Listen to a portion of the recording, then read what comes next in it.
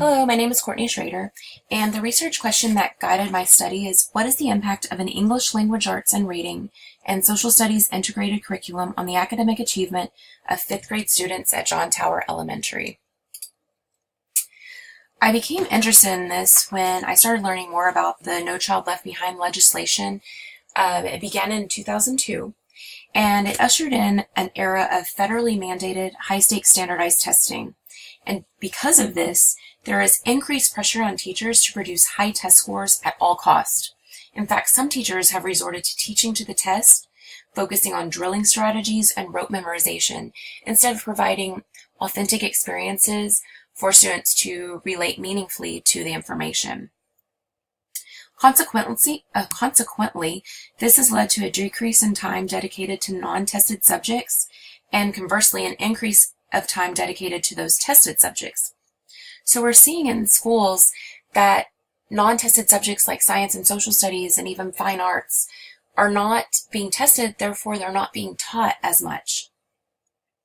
In fact, 71% of districts in a nationwide survey reported a decreased time in at least one subject in their school in order to increase time in the tested subjects like math and reading and writing. The biggest drop of hours per week dedicated to these non-tested subjects occurred in the last decade. So we've got an entire generation of students who have had less or no education in science, social studies, and fine arts, and that's impacting our students in detrimental ways. Studies continue to suggest that an integrated curriculum helps education not only be more student-centered, but make it meaningful and engaging. It motivates students, and it's comprehensive, which leads to a higher academic achievement in students. Unfortunately, though, it's not being widely utilized for a lot of reasons, but for the scope of this paper, I looked into the problem of lack of agreed upon definition, the economics and testing culture, and teacher attitudes. Thankfully, there is a plethora of research out there for integrated curriculum and the impact that the No Child Left Behind legislation has had on non-tested subjects. Some of the studies that I'd like to talk about are listed here today. I'm going to start with Becker and Parker's meta-analysis on STEM classes. Their research indicates that an integrative approach improves students' interest in learning in STEM classes. Students felt that the curriculum was actually relevant to their daily lives, and that is when we know that we're actually teaching students something that they're going to carry with them, if it relates to them in a meaningful way. Their studies showed an overall student engagement and academic achievement. The students felt that their personal experiences promoted interest, engagement, and motivation. These are all things that we want to see in our students. Lay's meta-analysis was actually across the world, and it echoed Becker and Parker's, that engagement and motivation are increased when we integrate curriculum. The real world does not isolate content into specific subjects. The real world is comprehensive, it's not fragmented, everything is intertangled, so it doesn't make sense to try to separate these subjects out and keep them isolated.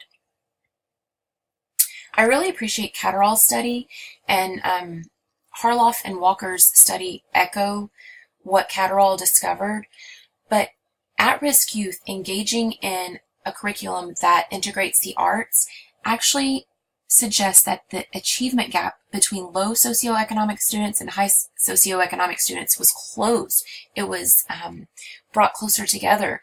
That's what the whole No Child Left Behind legislation was supposed to do, and we're seeing that it's not.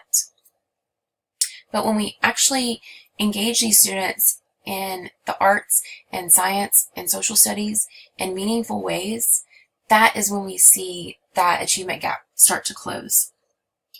Students across these studies between Catterall and Harloff and Walker, they all saw increased academic achievement in science, writing, mathematics. Students even found sustainability in learning over years after they had these integrated curriculums. Barry's 6-year study was across Oklahoma schools. Over 52 schools participate in this program. that emphasizes an integrated approach to curriculum. And what he found was a holistic approach to education is significantly beneficial to the academic achievement of students.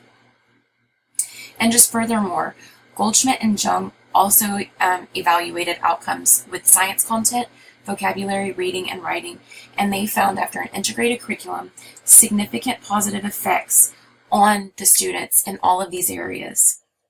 So research continues to demonstrate that curriculum integration has the power to remove division between groups of students and their achievement levels.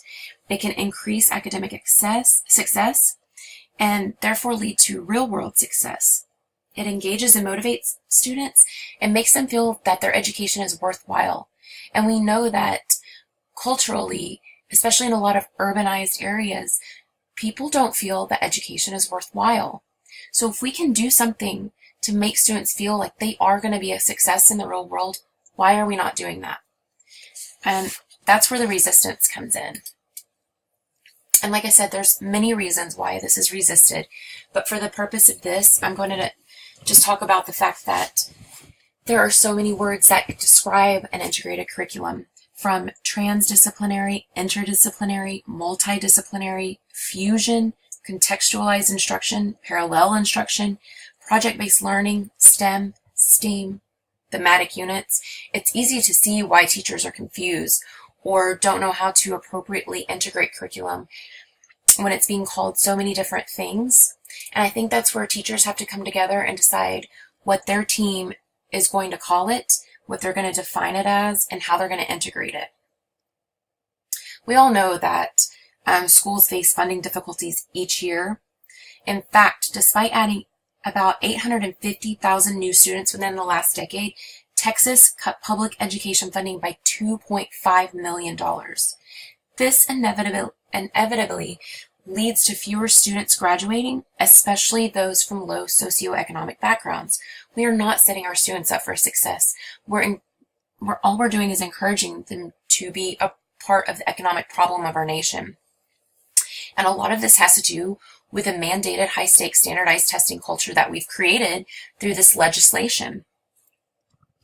Post-high school options for these students are diminished because only 28% of Texas high schoolers even graduate. Yet more than 95% of jobs created since 2008 require some college education. This is just increasing that educational achievement gap across America between students. And we all know that students' socioeconomic status positively relates to their educational achievement. We are spending in the U.S. alone more than $1.7 billion a year. Texas spent over $1.5 billion within the last 2 decades on standardized testing. I feel that that money could be used so much more efficiently if teachers had more power in their classrooms to do things like an integrated curriculum that was geared directly to the students that they are teaching in their classroom. Speaking of teachers, their attitudes are also impacting whether an integrated curriculum occurs in their classroom or not. If a teacher doesn't find value in an integrated curriculum, maybe for lack of education, or maybe they weren't shown a proper example of it, they're not going to do it. They're not going to do something different if they don't find any value in it. Maybe their pedagogical ideologies don't align with an integrated curriculum. Maybe they adhere more to a compartmentalized philosophy. Maybe they need more education on this, more professional development that's actually geared towards giving them real tools that can help them.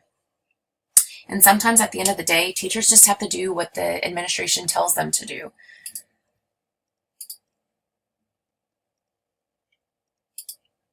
My intervention consists of 3 45-minute lessons integrating ELAR and social studies TEKS. I used an anticipation guide with 5 statements regarding the lesson topic. I would read the statements to the students, and before the lesson they would write either an A or a D, showing whether they either agreed or disagreed with the statement. At the conclusion of the lesson, I would once again reread the statements, and students would have an opportunity to decide if they still agree or disagree with that statement by indicating so to the right of the statement.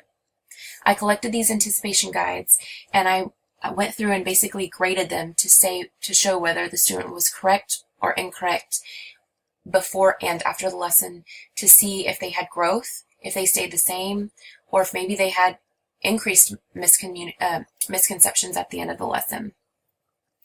I also wanted my format of the lesson to remain the same during all 3 lessons.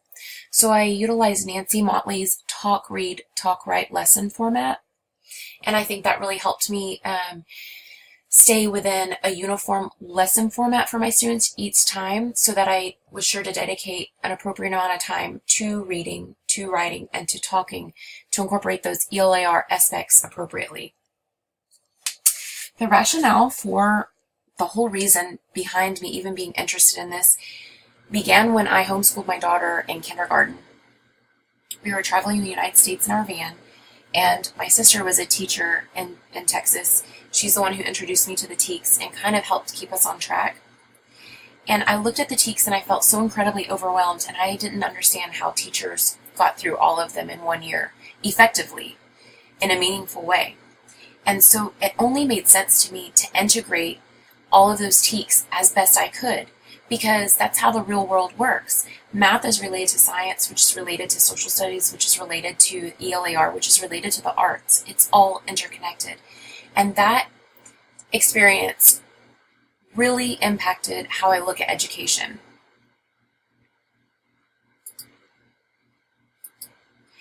I conducted a qualitative instrumental case study because I feel that this lends itself really well to the education field because of its potential for significant contributions to best practice. And I felt like this was an opportunity for me to explore a single issue within the natural setting of the students.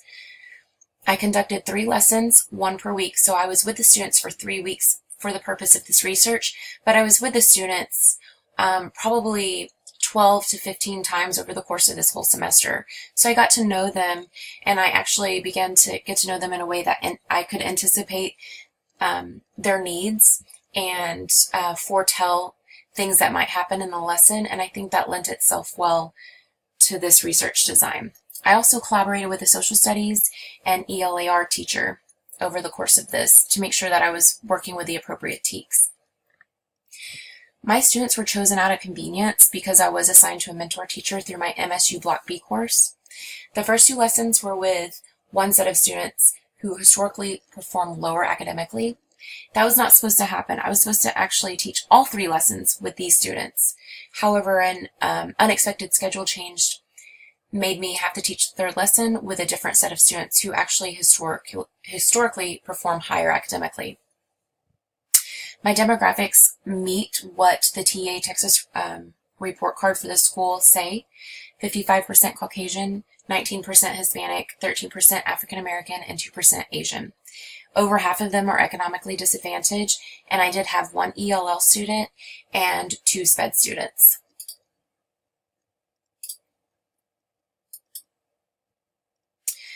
Basically, the results of my intervention suggest that an integrated curriculum does make a positive impact on the academic achievement of students.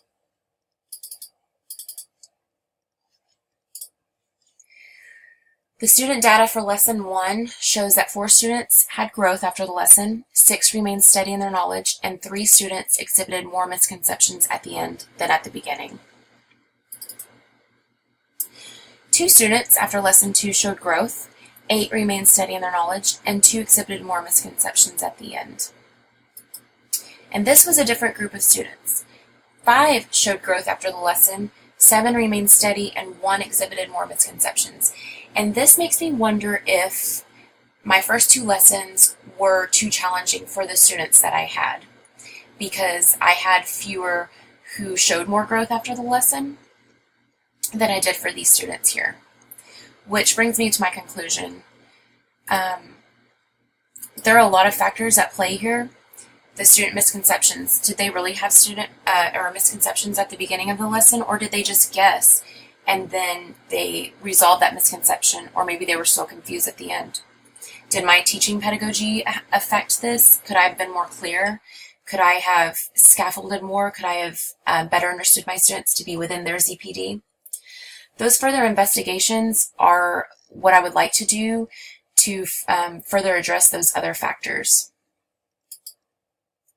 These are the references I used in this study, and if you have any questions, you're welcome to email me at my email address listed here. Thank you very